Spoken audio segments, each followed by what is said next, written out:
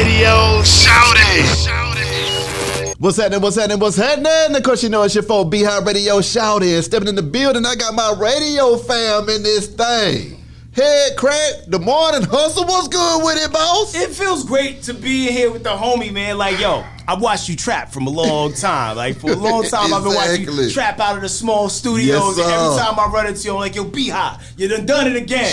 Like, you dropped the album, you dropped the interview at 2. It's up to 100,000 views Crazy. just that fast, man. I'm so proud of you, bro. Man, likewise, though, Crack, because, see, you done came back bigger and blacker with the morning hustle.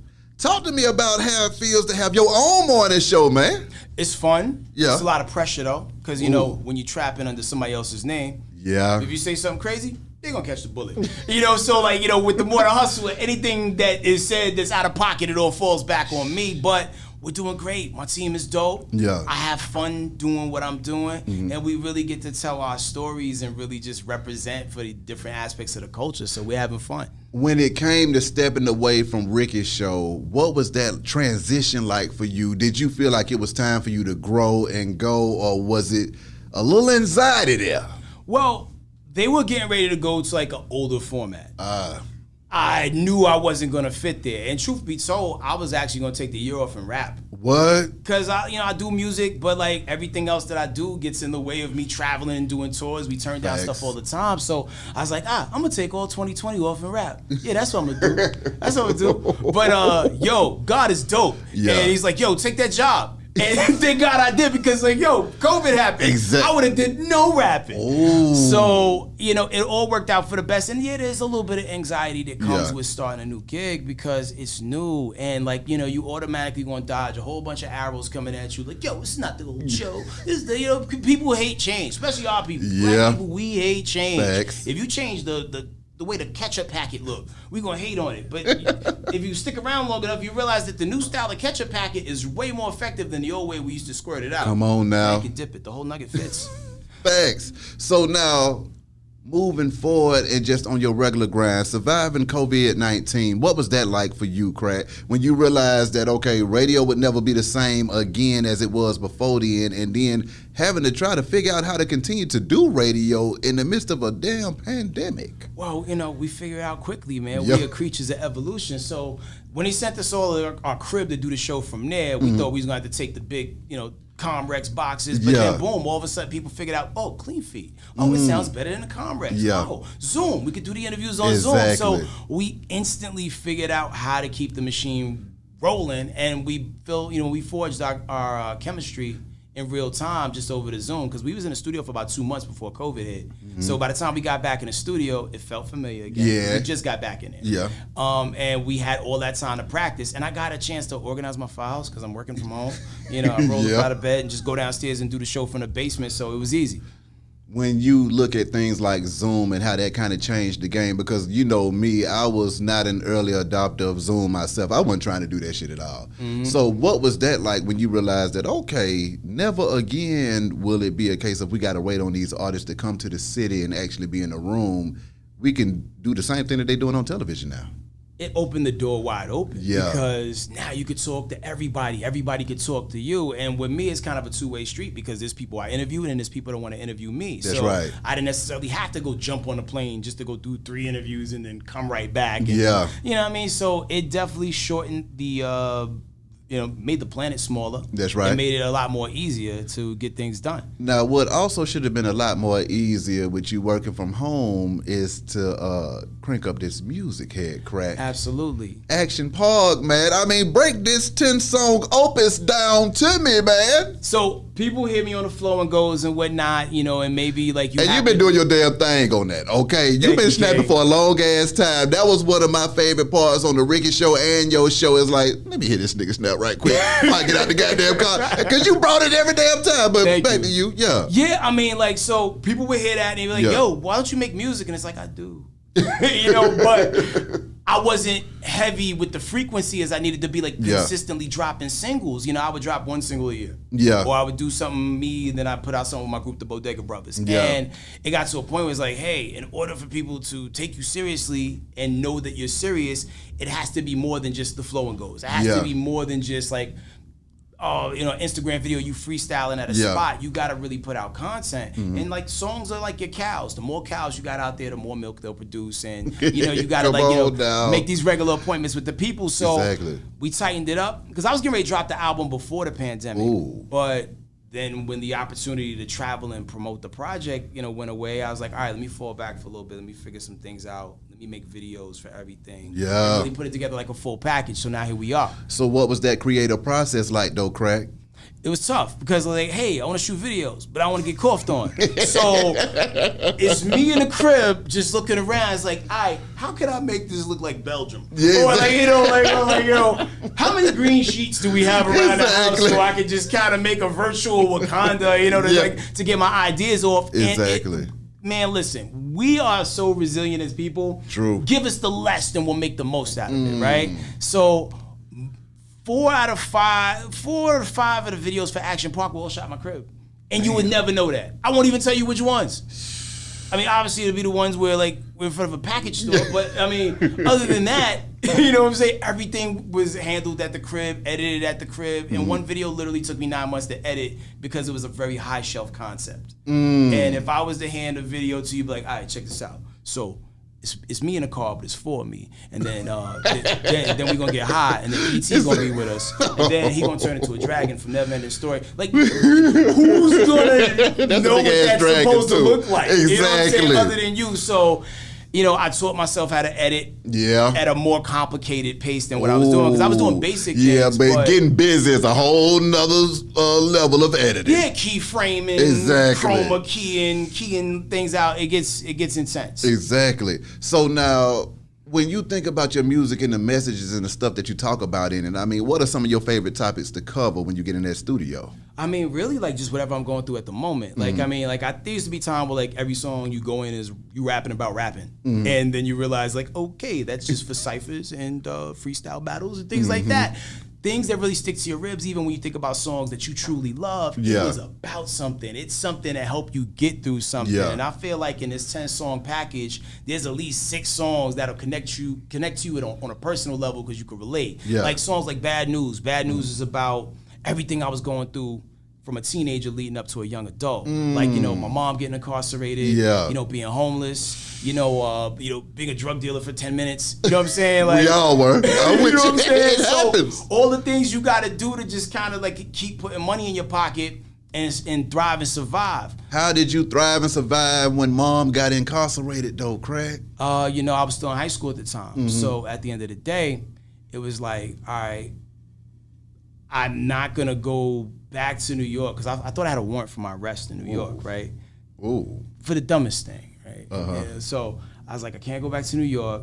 All right, so I'm gonna go live with my uncle, and then I realized my uncle had too many people at his house, and then I ended up moving in with my aunt. So I lived with my aunt for 3 or 4 years after couch surfing for a while, bouncing from place to place, even staying with some friends who went to school, the same school I went to, because I didn't want to switch schools. Exactly. So every morning I would wake up at wild early, 6 a.m. and walk an hour just so I could catch the bus so I can go to school that I'm supposed to go to. Yeah. So on the upside, kept me in shape. Yes. You know what I'm saying? And it also helped me even forge a more closer relationship with music because I'm listening to my headphones every day for an hour to school and an hour on the way back to school, walking back. So it was do or die. I'm like a shark. You know, hey, you can't go this way, then you swim around and just keep going. Exactly. Is your mama still incarcerated? My mom passed away. Actually, it's 3 years this week. Are you serious? Yeah. So she did get a chance to experience the Dish Nation HeadKrack. Yeah. What was that like when mama was able to see her seed do the most out here? I mean, even when I was a supervisor at Target, my mother was always proud of me. You know what I'm saying? Yeah. So no matter what I did, my mother looked at it with just the kindest, loving eyes. Exactly. She was just proud of me because she ain't never had to bail me out of jail. Yeah. You know what I'm saying? And she knew that I was looking at the things that her and my father were doing and just all right, cool, don't do what they're doing. You know what I'm saying? And maneuvered around that. So she was always almost too proud. Cause I would be, wherever we hang, she'd be like, this is my baby HeadKrack. It's like, yo, stop telling him that. You know what I'm saying? Cause my mom had people I wouldn't invite to my house. You know what I'm saying? Around sometimes. So sometimes I'll be, yo, mom, chill, mom, chill. Keep that on the low. But don't get me robbed, mom. But I was happy that she got to see everything happen. Like, she got to see everything happen except me get my own radio show. But she was happy with where I was in life. Exactly. On TV. My mom didn't want for nothing. Like, I always made sure she was straight. And that made me happy. How did you deal with the fame, HeadKrack, especially when you hit TV? So now you were already getting your syndication on, but then you added Dish Nation to it. Now you got your own show as well. But how did you deal with your face being that recognizable in these streets? And did you notice a change, or was it just something that, you just take in stride? So the crazy thing is, my whole life, I've been popular. And not even saying it in a cocky way, but just for whatever reason, no matter where I go, even if I didn't have no friends, all of a sudden I'm the person that I'm friends with everybody. Yeah. So I feel like I've been training for this my whole life. And I moved around a lot as a kid. Like, I'll be living here for a little bit, now I live here, then I move back to here. Yeah. So I got to always have to work a room and be a people person everywhere I go. So I was used to that aspect of it. Radio comes, and then that's where it gets weird. And I remember the first time I realized that, okay, you got to move differently was, this is a funny story I never told us on a podcast before. So, all right, so me and my homie Kino, we used to cop adult videos. Yeah. And like trade them with producers who like, they would do beats for porn. So I'm like, okay, cool. Understanding that this was like their niche and what made the work, we pull up this one spot and like just buy like mad tapes and be like, all right, cool, this will be good for like 20 beats or something like that, right? So one night we went to one of them spots and my car wouldn't start when I got out.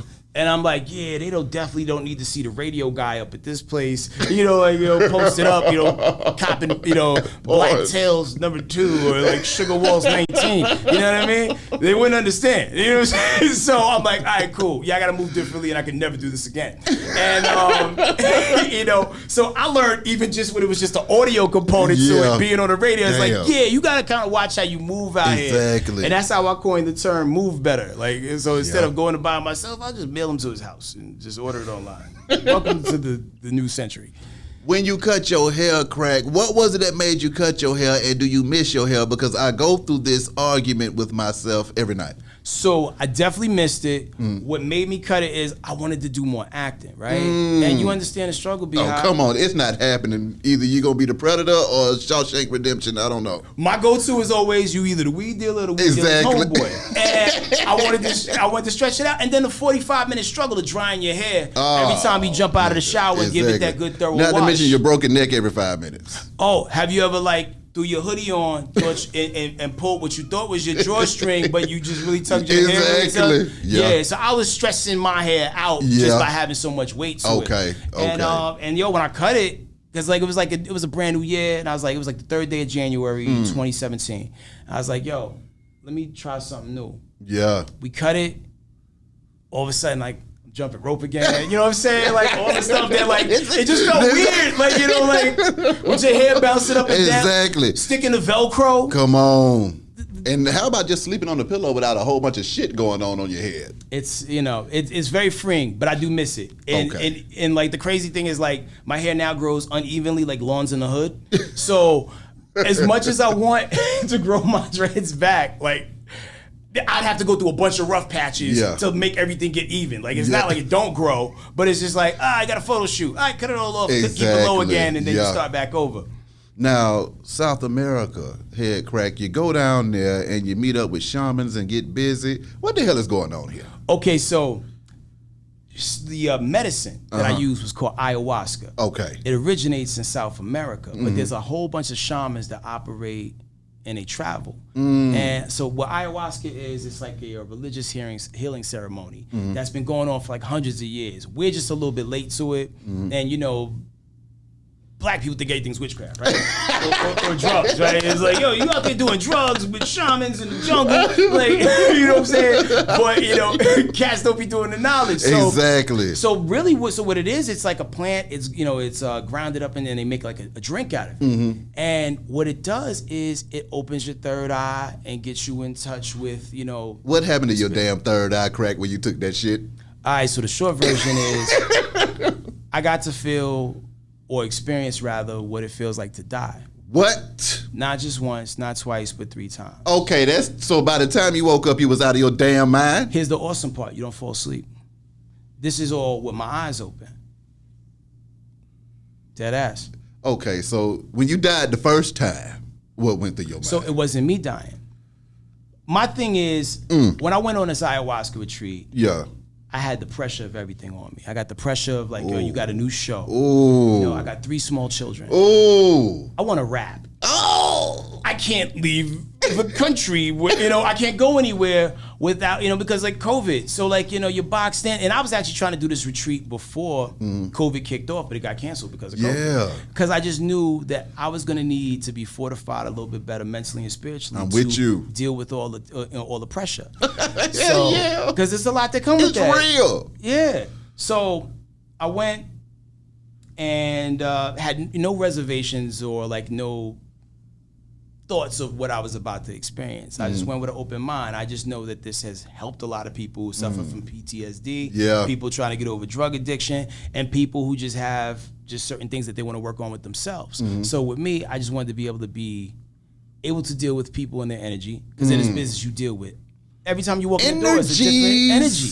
It's important, right? I'm with you. I always had grief about, you know, my mother dying so young, and same thing with my grandmother dying so young. So wait a minute, both of them passed young, crack? Yeah, my grandmother, when she passed, she had to be about 60 something. My grandmother died in 2009. Yeah. But like my grandmother was like my other mother. Exactly. You know, exactly. You know, and grandma's grandma, right? Exactly. To the point that even when she moved from the Bronx to Virginia, she put a room in her house that looked just like my room in the Bronx. Like she just like, his grandma was just G like that. So I never got over their deaths. Yeah, never got course. over it. So I always had a guilt about, hey, what was my, you know, what did my mom experience when she died, and what my grandmother experienced when she died. Damn. So doing this, and I didn't know it was going to do this. And I talk about it really in depth in my podcast, HeadKrack After Hours. But, but the Cliff Notes version, because I know there's only so much tape, right? I was able to, with my eyes open, communicate with God. My God. And what I could tell you, and maybe, you know, if you do an ayahuasca experience, maybe your experience will be slightly different because everybody else's is, but God is not a man, it's not a woman, it's an energy, it's a cloud. You know, at least that's what it was for me. Yeah. And we were communicating without words. It was just like sounds, like. But I completely understood. God completely understood what I was saying to it, and I understood what God was saying to me. And he's like, hey, what you want? You know, and I'm like, you know, these things have always been bothering me. And so once I unpacked that, I was like, yo, this is what your mother felt when she died. And it was beautiful. The act of death. Yeah. And we always worry about what happens to our loved ones when they pass on. It's the most beautiful experience you'll ever experience. Now, granted, people do die tragically. Yeah. But the transfer of your spirit, leaving the physical, going into the spirit realm, it's the most beautiful thing I've ever experienced. And I've got a chance to experience that 3 times. So now, the second time, how did you wind up experiencing it again? So I didn't know this was going to be like a genie with 3 wishes kind of thing. So the next thing is like, all right, cool. What about my grandmother? Because I know my grandmother had a heart attack. And I felt her heart attack, and she didn't really feel it. And then I felt the defibrillators when the medics were trying to like shock her and get her going again. And she didn't feel none of that. And everything that she experienced when she transitioned over, once again, just a thing of beauty. The best nut you've ever had. When you find that 20 in them shorts that you ain't wore since last year. You know what I'm saying? Like, I feel you. When they accidentally, like, you know, refund all your overdraft fees. Like, you know, whatever you thought the dopest experience you've ever had, nothing matched the feeling that you'll feel when you leave this whack ass place that we are right now and go have fun in the spirit world. Because, I mean, like, shoot, let me tell it, I think this is hell. Hey, I'm not going to argue. I'm not going to sit up here and argue with you about that. Yeah. Because I done been through it. Right. And we you all see what I'm saying? We all got a crazy story to tell. Exactly. We done all been through it. So now, what did that do to you mentally? And see, don't forget, I still need that third time dying too. I got you. Now, why you gonna love the third one. Oh, well, let's go straight to that. The third time, because see, the third time your ass almost fucked around and was out. Okay. Three strikes, you're out, nigga. You know, and apparently, like, I thought I could keep going, but like, my mind was racing because, like, you know, like, literally, like, I wasn't crying, but there was tears running down my face because it was beautiful. Like, imagine the most beautiful thing you've ever saw or experienced. Like, yo, like, you know. So, guys, like, all right, what else you want to know? It's like, and I had a lot of people die. A lot of people died. My uncle, I had a lot of friends that died in the last, like, 2-3 years. Grandfather died, like, the same year my mom died. Well, 8 months before my mom died. I was like, what happened when Biggie died? Is that? All the people. I had never met Biggie in my life. Exactly. I think Life After Death is a phenomenal album, and Sam is ready to die. But, like, for whatever reason, I can only think of, like, yo, what it felt like when Biggie died. And what I felt was, like, he was at peace. He was so stressed out. There was so much on him at that time. And at that moment, it was like, ready to die. It was like, but, like, you know, like, finally. And he was happy. You know what I'm saying? Like, because he died listening to a song. I didn't know that from the vision. I just read it. Yeah. But, you know, but like, he was like, you know, he felt the walls were closing. He had a lot going on. Exactly. And it was just a load off of it. I felt like it was a load off of his spirit. So now, after you did the ayahuasca and you are back to reality, how did you keep that stress and pressure from creeping back up in there? Well, you know, once you get the medicine in you, it's in you forever, right? Ooh. So, I mean, granted, you got to go for maintenance and, okay. you know. Don't you got to hit another blood? The state of euphoria that you're in lasts for like 2 to 3 weeks. So, all the lessons that now where was you at in this euphoria place? Was Concord, you at home? Georgia. Okay, I was about to say, was you walking Concord, down the street? Was this the time HeadKrack was walking down the street aimlessly for 3 weeks straight? Looking for change. Exactly. But yeah, it was in Concord, Georgia. Yeah. And like it wasn't just me by myself, it was other people who was there. And my experience was my experience was my experience. Yeah. Everybody else got what they needed out of it. Yeah. You know, but that's what I needed out of it. That's what I needed to, you know, deal with, the grief aspect of it. And then I did 2 other ceremonies during that same weekend. So now what were the other ceremonies? So the other ceremony was the very next day in the daytime. And you know, they gave us the ayahuasca drink. And then, you know, they tell us to go outside and be with nature. So we did that. And then and when you do ayahuasca, you will throw up. It's guaranteed. Yeah. Like, they give you a purge bucket and you will definitely throw up. So I went outside, nothing really happened, but the beauty was, that was for me to get in touch with nature. Because I hate outdoors. What? I'm indoors. I'm a house cat, man. Like, you know, like, my dream is, my biggest fear is, I'm gonna go outside, get bit by a spider, lose a foot, and die. I had a homeboy, my boy Keno. That's what made me laugh because my best friend growing up was named Keno as well. And his daddy got bit on the toe by the spider, and it almost took his daddy out the damn game. So I totally understand where you're coming from that shit. It's a real thing. No, that shit's real. So now, I want to talk about just your mental though, Crack, because the thing about it, from what I'm getting, a lot of the stuff that you're saying, you're going through the same stuff that every man goes through, except for you have to do it on Dish Nation and on syndicated radio across the world, and just maintaining your center. How the hell? So, did you feel like the ayahuasca treatment was something that you just had to do to get back to your center? And what other things had you had done before you got to that point where you're like, you know what, this regular shit ain't working. Where's the shaman? Right. Well, I will say, Beehive, that because of the pandemic, I had smoked 3,000% more weed than I have ever smoked, ever. I used to be only an edibles guy. Yeah. Oh! See, them edibles, they creep up on you. Like a villain in Scooby-Doo. Exactly. I'm like, this edible ain't no nothing. Next thing you know, you done lost your damn mind. It's like, what the fuck is going on here? I'm like, you done forgot to take it. But then I realized it's cleaner than smoking all the time because you don't want to mess up your lung. But then it's like, who cares? Fuck, I gotta get fucked up and survive. You just have to make sure you have nothing to do for the rest of the day before you unpack that bag. Because like, if you think you about to have you a gummy and then like, I'm gonna go speak at the school. The school gonna be speaking to you. You know what I'm saying? Like, once that thing catch up to you, if you ain't got the tolerance for it. What realities about life did you realize after that time, too, in Concord, Georgia, too? Because, I mean, what kind of revelations did you have when you just look at life for what it is, when you think to yourself, okay, my mom, grandma passed, that's real. These are real life situations that everybody has to endure at some point in time if they don't lose a child or something beforehand.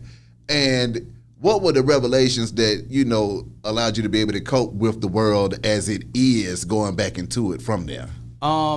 It made me at peace with the fact of them not being around anymore, and just like not being afraid of death. Because like, you know, most people walking around, they're afraid of dying. You know, even people be like, I ain't scared to die, kill me right now. Like, you know, I'm no longer afraid of dying. Not saying that I want to walk out here and get hit by something, but like, it is what it is. When you look at the, you know, how long time is, right? This physical existence is a grain of sand on a beach that is time. Come on. You know what I mean? Like, you're going to be in the spirit realm a lot longer than you in the physical realm. And this is just like the pregame. It's like the warm-up. We in the back, you know what I'm saying, having a conversation. And going back to your earlier question, like, so like, I mean, I'm smoking weed just to try to like, you know, just take the edge off and just like not be so stressed out. And then I was trying to also, because I watch a lot of podcasts. I don't know if you ever watch Mike Tyson's podcast. Of course. So hotboxing, he's always talk about the toad. Yeah. And I'm like, I want the toad. I want to try the toad. Because like, you saw how that changed him. Yeah. As a person who's been a long-time fan of Mike Tyson, I'm like, whoa, on some adventure shit, this is the gray Hulk we're looking at right now. Yeah. Not the green Hulk that was just smashing shit, speaking broken English, but this is the Hulk with the glasses on. Yeah. I want the toad. I want the 5-MeO DMT, but we're in Atlanta. And, you know, if somebody said they got DMT, it might be basil, charcoal. You smoking Raid. You know what I mean? So I'm like, all right, cool. So I could try to get this the cheap and easy way through nefarious sources that I may or may not trust, or I can go and do it the legit way. Because like, you know, ayahuasca, you gotta take a week and like do a certain diet. You can't have sex like 3 days leading up to the ayahuasca retreat. I think 3 days after as well. Damn. And you can't smoke either, like leading up to it, because, you know, the universe wants to communicate with you. You got to be clear head and clear palate. So that was like, all right, let me not cheat it. Let me do it the original way, the way people been doing it for thousands of years. Yeah. And I can't wait to go again. I'm going again at the end of the month. Just to learn, some more. Having that new knowledge though, just interacting with people, what would you explain to a younger HeadKrack to help him navigate the world that he was about to get into? Well, I would say that, you know, we all self-medicate, right? And there's nothing wrong with self-medication because, like, hey, they put this here for us, but you kind of got to know your balances. Yeah. Some people will completely jump out the window. The same weed that worked for you may not work for, the person on the other side of the camera. Because, like, I watch some people smoke weed and operate at a very, like, high creative level, and I watch some people smoke weed and then they chase a certain high, then now they doing a little bit more. Now they sprinkling stuff into it, and it is what it is, and results may vary. You don't know who or what you are until you cross that threshold. So with that, I would tell, the youth is like, spend more time with yourself, meditate. Because the thing is, like, it's a world full of distractions. And the second that we get a second to not have to do something for somebody else, what we do? We pull out our phone, what they talking about here, and them lights in our phones is messing up our circadian rhythm. Yeah. Your internal clock don't know if it's day or night because every time you flash a light in your eyes, like, boom, you resetting your brain and your body, and it's throwing you off. And the thing is, we are so capable as people of doing so many amazing things that, like, our generation is lost on it because, like, whether our elders didn't tell us about it or we didn't spend enough time at grandma or granddad's house to get these stories about people who used to do some exotic, fly, metaphysical shit to people that we out of there. Like, I mean, you could look up things about speaking the fire out of people, which is a whole thing that my grandmother told me about for the first time about 2-3 years ago, on my grandmother on my mom's side. And, like, I was like, what is this? And I looked it up. I was like, whoa, that's a thing. And it's a thing that's passed down, or like, women typically within families. And it's like, whoa, I never heard of this, but it's a thing. Yeah. And even people who, I don't know if you ever heard of astral projection. Well, see, that's what I was about to. I'm glad you brought that up because I was about to ask you about that because I felt like that's what you was doing with the shaman. So I put that in the same thing. I used to be able to astral project. For years, I didn't know what it was. I legit used to go to sleep at night and sleep with one arm holding onto the frame of my bed because like I didn't want them to take me away again. Damn. But I didn't realize it wasn't them taking me away, it's me taking myself away. Yeah. Because it all started with sleep paralysis, which a lot of people have it and they don't know what it is. So sleep paralysis, for those that don't know, sometimes you'll be chilling, your body will be asleep, but your mind will be awake. And like you are aware of what's going on. And like, depending on what frequency your brain is tapped into. And I know this sounds like some like Doctor Strange, kind of shit, but no, it's a real thing. Look it up. There's different frequencies in which our brain operate on. Like, we're operating on whatever this verbal frequency that we're operating on right now. We're using words, but there's people who can operate without using words. Exactly. And that was another thing that the ayahuasca retreat taught me. So when you're in that mind asleep, body awake phase, your spirit is ready to take off. Not leave and kill you, but take off and do what it do. Whatever you're trained, you can figure out how to do. So now you're not operating in this like verbal frequency. It's a whole different thing where you're hearing the fourth dimension of ascension. Come through, B-High. Outkast, see, that's what made me so mad about Cast because they was actually rapping about that shit and nobody understood what the hell they were talking about. Like, wait a minute, the fourth dimension of ascension, nigga, what the fuck was you thinking about 20 years ago? Yo, and this thing has always been here. We just didn't know how to eloquently explain it to people in a way where they can get it. So with you doing your astral projection, what was that like when you found these out-of-body experiences starting to occur all the time? From the first time it happened to where, did you ever get to a point where you felt like you could control it and figure some stuff out while you was out there? Yes, and I realized that, okay, cool. Time and space is relative. We have lived and we've already died. It's already happened. My God. We're existing on a line. So once you train your soul to operate up and down that line, you can go wherever you want to go. And you could talk to whoever you want to talk to. So what I was trying to understand is like, okay, cool. So if time is relative, you can communicate with people who are no longer here. Dead people, right? That's real. So I realized that, okay, this is after my grandmother died where I really tried to really master and get a wrangle on it. Okay, cool. The person I miss the most at this point in my life is my grandmother. So we would meet up at our apartment in the Bronx. And the crazy thing is I always wondered why it's our apartment in the Bronx. And this I knew it wasn't a dream. This was like a real thing. We would always link up at our apartment in the Bronx, but it looked different.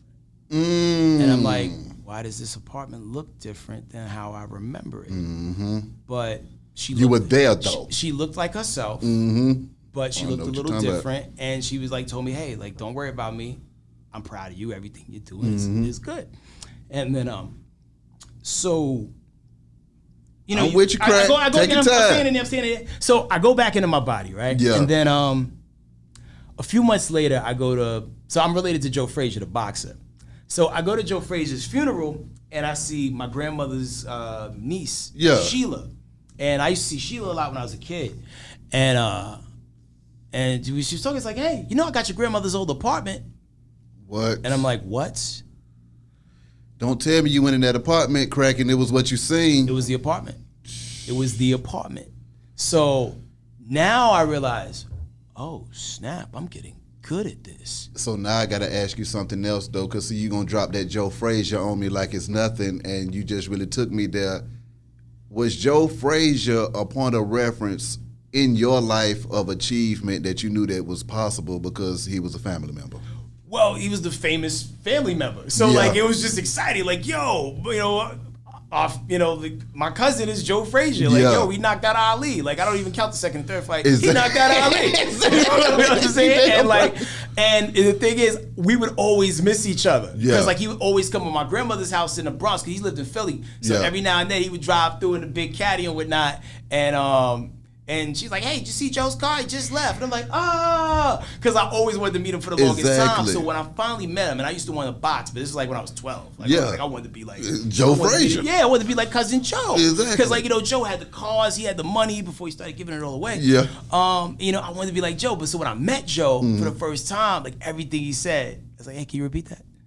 So, you know, because like his style of fighting was like, yeah, I'm gonna take 3 shots just to like punch you in the face really good, strong, and like it messed up his speech, and off of that, it made me not want to box anymore. Damn. But it was dope to meet him, and then I met him a few other times. Went to the gym in Philly, exactly, and then he came to my grandmother's funeral and stuff a couple years before he passed, you know, before Joe passed himself. But it always was exciting, and it gave me a sense of pride, like wow, because like even though my last name is Ruffin, I don't know David Ruffin. No one ever told me that he was a part of the family. You know what I'm saying? So so Joe was the guy. Yeah. So now going forward with your career now, Crack, when you are taking all of these mental trips and stuff like that, and you come back down to reality, how do you decide if anything's worth anything anymore, and why should you be doing anything other than just saying fucking and astral projecting and drinking some ayahuasca juice? Well, here's the problem. So as I was getting good at astral projecting,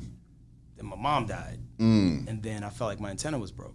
Damn. And that was part of me wanting to do 5-MeO-DMT. That was part of me getting high. Like, yo, why can't I do this thing anymore that I was able to do effortlessly? Yeah. And there's techniques that you can look up on the internet to teach you, because I've told people about ayahuasca who looked at, not ayahuasca, I told people about astral projection that looked at me like, yo, what the fuck are you talking about? Exactly. You're making this shit up. And I'm like, no, look it up. It's real. And then they'll text me like, oh, you were right, I did it.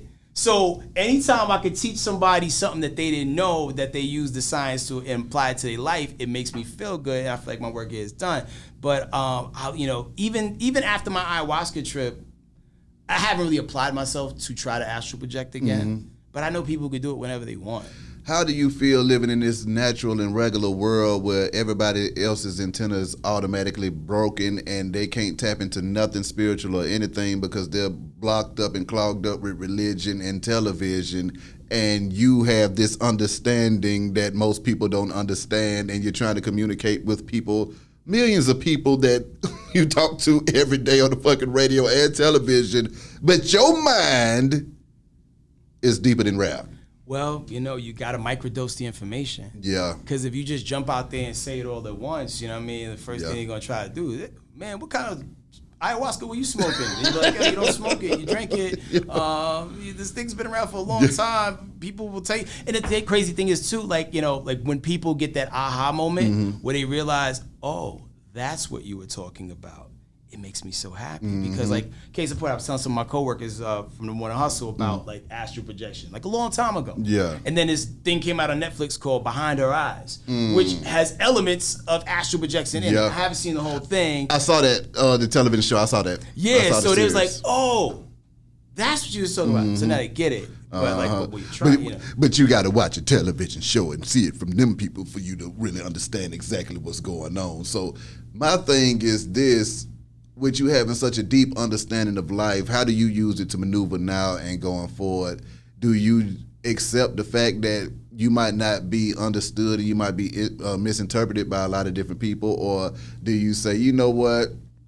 Because I think just for in any man's life, you got woke, and those are your people that are woke to political stuff, and you know how they say it on that part. But when you speak on spirituality and astral projection and the ayahuasca and stuff like that, that's just a whole nother realm of awareness that the average person will probably never get to because they ain't trying to wake up that damn far. It's the devil's work. Exactly. So how do you understand? Okay, so really the question I wanted to ask, do you ever think that it'll get to a point to where the majority of people will be on your side or on your level of awareness versus the dumbed down nature that the common man has? Well, I think if we look outside of like America, right, which is just one country amongst many, right? You go to all these other places, they like, we've been doing this. Y'all late. You know what I mean? So the thing is just like getting the information out, converting a couple people at a time. I mean, shout out to everybody who's watching your channel that's going to hear about this for the first time and may do some Googles about the matter, or maybe might take their first ayahuasca experience, because a lot of us don't know what to do. I mean, like, we barely want to get therapy. We barely want to talk to a psychiatrist, and we chase our problems down with man created chemicals and man, created something. You ain't even smoking the same weed your folks were smoking. You know what I'm saying? Exactly. Like, and expect us to be repaired. Nah, these are band-aids we putting on ourselves. How do you find happiness in the middle of this crazy ass world with the understanding that you have? Because it's kind of like Watchmen, the Blue Man. Hell yeah. He was depressed in the motherfucker the whole movie, but he was over there fucking shit up and doing the most out there. But he was just, I'm in this motherfucker. How do you still grasp life by the horns and have a good ass time while you at it and be in the moment with everybody else when you understand there's so much more going on? Well, because I know when I get to finish line, I'll get to experience that thing that I experienced not too long ago, and just knowing that you can be a conduit for other people and help them find enlightenment, that's what really makes me happy, you know what I mean? So like, I use my music to do that. I use the radio show to do that because, like, people are all going through something, whether they're going through a happy moment or a sad. It's an experience that you're having. So if I can help relay that energy to you, or when something unjust happens, we're all mad. All right, let me be the conduit for all your anger. Let's find some understanding in here and pump the volume that way. How do you manage to censor yourself, though, Crack? Because with all of this intelligence that you have, everybody's not ready for all of that information. So how do you keep from getting on the radio and getting on TV and just say, you know what, I'm about to let y'all know what's really going on out here today? Well, I've definitely done that. You know what I'm saying? Like, but I was wise enough to like microdose the information. But like, hey, here's what I want to tell you, and I know it's a lot to process. Exactly. Don't worry about this. If you're worrying about that, no need to. Do the research. I can tell you about it, but do the research. You want to know more? Check out my podcast where I like talking about, talk about it in depth, because it's a lot. Good radio, they rush you off because they got to play a commercial or play something from Lil Baby, right? So you gotta just like microdose the information and just like, like, hey, you like food? Yeah, I know where food's at. Cool. When you get there, hey, this food is Chinese. What kind of Chinese food? Mandarin. All right, cool. Well, how do they make Mandarin chicken? What they, so you got Ayahuasca, motherfucker. Right. Now drink this ayahuasca with it. We gonna throw the ayahuasca in the bag and take it with you with the rest of the stuff. One step at a time. What was your favorite part of your career thus far to where you had the time of your damn life? Have you had a part where you was just enjoying the hell out of it, or was it always pressure? The fear of failure drives my hunger to do everything and succeed. Like, hey, don't go look stupid. You know what I'm saying? So like, I prepare for everything. Yeah. So I would probably say the best time of my life was the first night that I did nights. You know what I'm saying? 97 on the beat in Dallas with my people, Super K and Keto. There was a lot of pressure, and I knew from that moment on, people are gonna know who I am for the rest of my life. You know what I'm saying? Whether it's from this or like, and it was weird because people knew me before then in the city just from like rapping and being a rapper who's rapping New York shit, living in Dallas. You know what I'm saying? Like I was that guy, right? Yeah. But I knew radio was going to change everything. Yeah. And we were so new and we were having fun. And like our program director at the time, Daryl Johnson, who used to actually program Hot in Atlanta, he was just such a dude who was like, he was like Willy Wonka in Chocolate Factory. Whatever you want to do, just do it. Yeah. Just protect the license. Exactly. So you heard a new song you like, you bring it in, you clean it up, you play it. You know what I'm saying? So they really gave us the free reins to do whatever we want, and we ended up being number one doing what we wanted. Yep. We had no radio training, no radio experience. We were just three dudes with an opinion. So how the hell did you get to be Johnny on the spot, though, Crack? Because I've listened to that radio, and I have not heard many people that can come with that shit as quick as your ass come with that shit. Where did that come from? Was that something that was natural, or did you pick that up during years of radio? I didn't know it was a thing, so people started pointing it out and telling me, it's like, yo, how you been thinking that stuff so fast? Oh, I'm yeah, like, yo, it's like we're having a conversation. Someone asks you what's 5 + 5, the answer's 10. Like, you know the answer when someone says something, but I don't know. But you got a funny answer. I don't plan it. Like, it be my natural response to the things that people say. Yeah. And sometimes, because we're in such a PC environment, it's like, oh, I shouldn't have said that. It's like, oh, we can't sit Indian style no more. What? What? Because I feel you. We're from a pocket of time where we're from, and we're still making adjustments. It's like, oh, you can't say that anymore. Exactly. You can't say a damn thing. Was there ever a time where you were like, fuck all of this shit? And how did you get over that part? And what was it that made you say fuck all of that shit? So no matter what happens, my bills are gonna come every month, right? So like, yeah, that made you and you realize how much of a blessing it is to be. I'm here with you, bro. So I'm with you.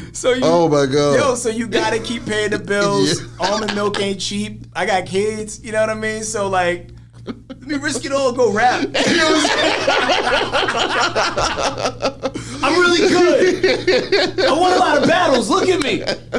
You know, like, like there's artists that people like Beyonce drops something now. No one's buying it. They're streaming it. So it's a very tricky place to navigate, but it's dope that people are finding me organically without me telling you. How do you feel having the talent and wanting to rap, and then being in such a damn position of power, but then saying, you know what, I'm gonna move organically with my music?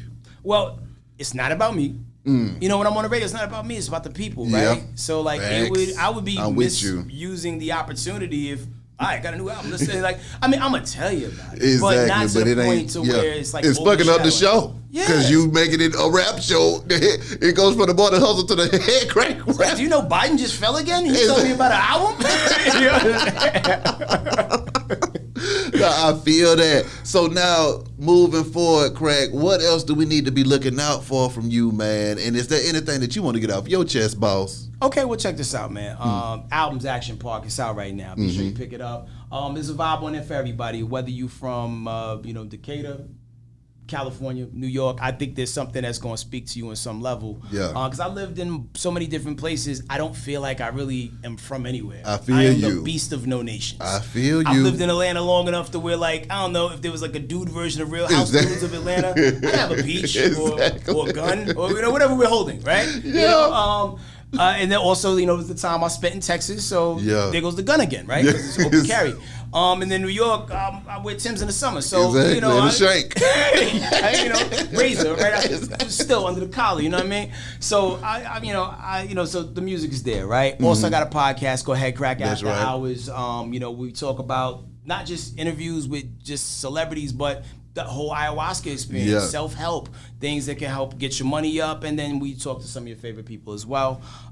Then there is also the show, The Morning Hustle. Check us out on Hot 107.9 if you're in Atlanta. Download the Morning Hustle app if you're anywhere else. Then there's Dish Nation, which allows white people to know me over the age of 50, which is cool too. So, I mean, it's so many things to juggle, but I'm having fun doing it all, so it don't really feel like work. What do you think is the future of media in general? Definitely more podcasts, more people controlling their content, the same way how, like, in the music space, everybody has the ability to be their own record label. Everybody who wanted to get on the radio and couldn't get on the radio, you now have a radio in your pocket that you can create and put people onto, and you can talk as fly as you want. You can sell your own advertising time and rates. It's the Wild Wild West out here. Exactly. And that's the only other thing too that I hope that people understand from what you just said. With it being the Wild Wild West, eventually it's gonna get regulated. And it's like, if you don't hurry up and take advantage of these opportunities that's out there, you're gonna miss out on a gold rush. Facts. My friends. But I'm gonna just sit there right there for you. HeadKrack, thank you so much for coming through this thing, boss. Radio shawty. To be here, it's so surreal, man. Because, like, just to watch you shine and do what you do, man. Thank you. And the fact that, see, y'all don't know him as long as I've known him. Some of y'all do because y'all was students, but this brother's been humble the entire time. Yeah. Just working diligently, not sweating the little stuff, and just getting it done. Well, Crack, I hate to tell you this, but when you understand that life is a line, and you done been up and down that line, and you already know what you're going and where you're going and where's them been, you ain't got to waste your breath telling nobody nothing because you already see it. Bong bong. My God. Be How Radio, shout it, HeadKrack. We'll holler at y'all in a minute, man. We go.